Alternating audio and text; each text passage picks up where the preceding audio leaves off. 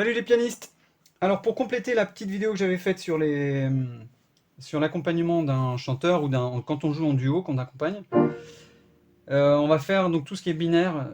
Donc on commence par la bossa. C'est exactement le même principe en fait. On va faire blanche, blanche, blanche, blanche. Et ici des petits motifs. Alors pour la bossa, ça peut être... Enfin, il y a plein de motifs qu'on peut trouver sur le net.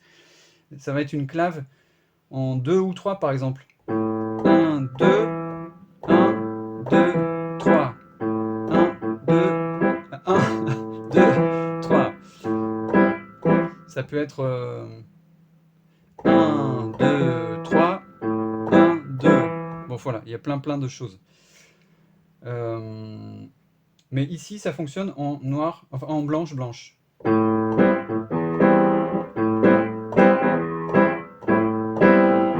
Alors moi, je mets un rebond souvent, qui correspond au songo. Ton, katum, kutum, pat, katum, kukum, katum, kutum, kat, katum. J'aime bien mettre ma basse en dessous en fait, mais on peut par réflexe, si on veut le travailler par réflexe sans réfléchir, évidemment on peut faire.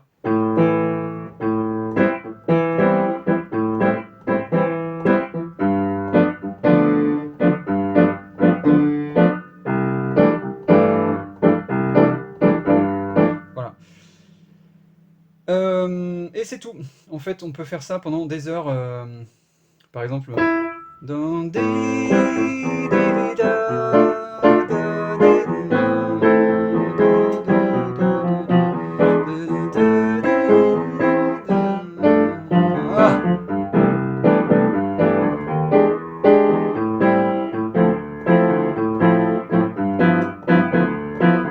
ah ouais, une chose que j'ai pas dite dans mon autre vidéo là.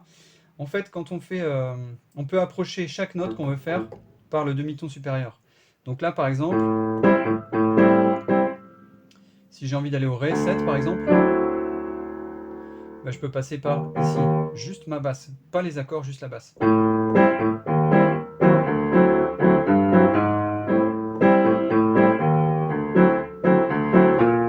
On approche par en dessous, par au-dessus, peu importe en fait.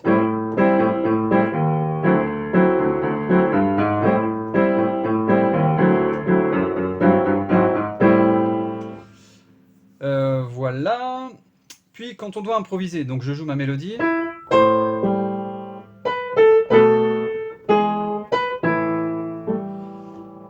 Bah là on est un petit peu embêté, donc soit on fait... Bon, je vais faire avec la septième. Je vais faire que ça. Hein.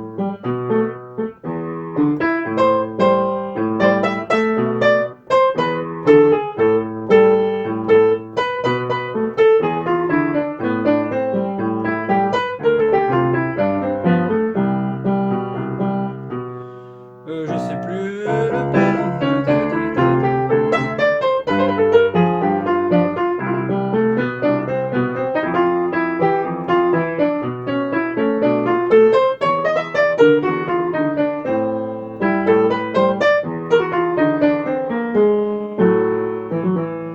Donc là j'ai simplement fait... Ouh, ça peut être des blanches. Non, plutôt des noirs.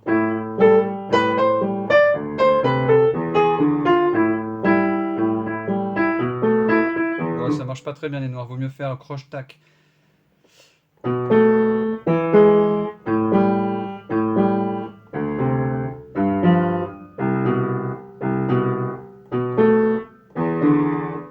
Ré. 1, 2, 3, 4. 1, 2, 3, 4. 1.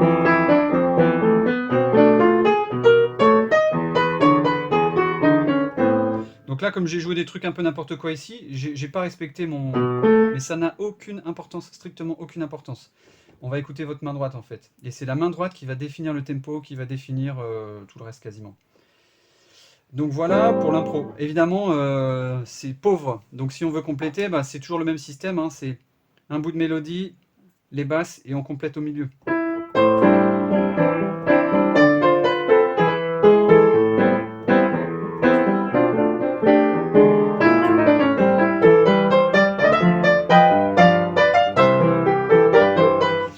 voit ici, j'ai pris l'habitude de faire...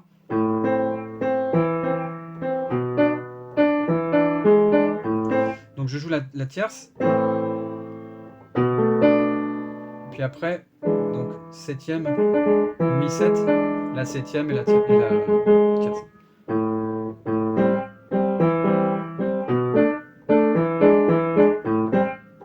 Ça s'attrape vraiment facilement en fait. À part l'écart ici qui est un peu dur, mais on peut sauter.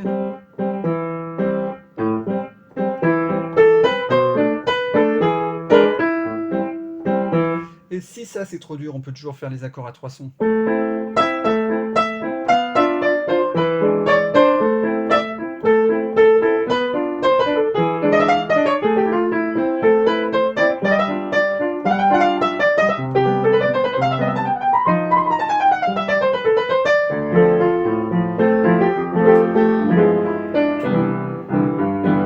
Donc après là j'ai remélangé, voilà. Je m'attarde pas, c'est juste pour montrer les différentes possibilités. On peut aussi faire un simili-stride.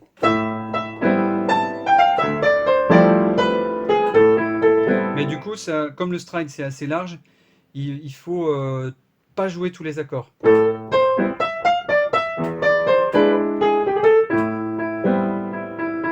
Là par exemple, si je joue mon si, je vais pas avoir le temps de jouer l'accord, donc il faut que je joue l'accord d'après, au lieu de faire... J'aurai pas le temps, donc je vais devoir faire... Ou... Tout de suite le mi. La, si, mi, la, ré, sol, do. Donc je suis passé directement par le sol. Ça élargit en fait. Ça permet d'éviter de se retrouver avec un truc du style comme ça.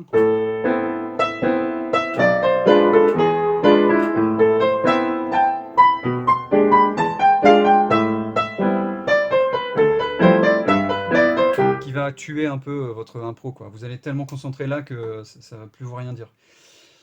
Voilà, donc c'est tout. Et à bientôt.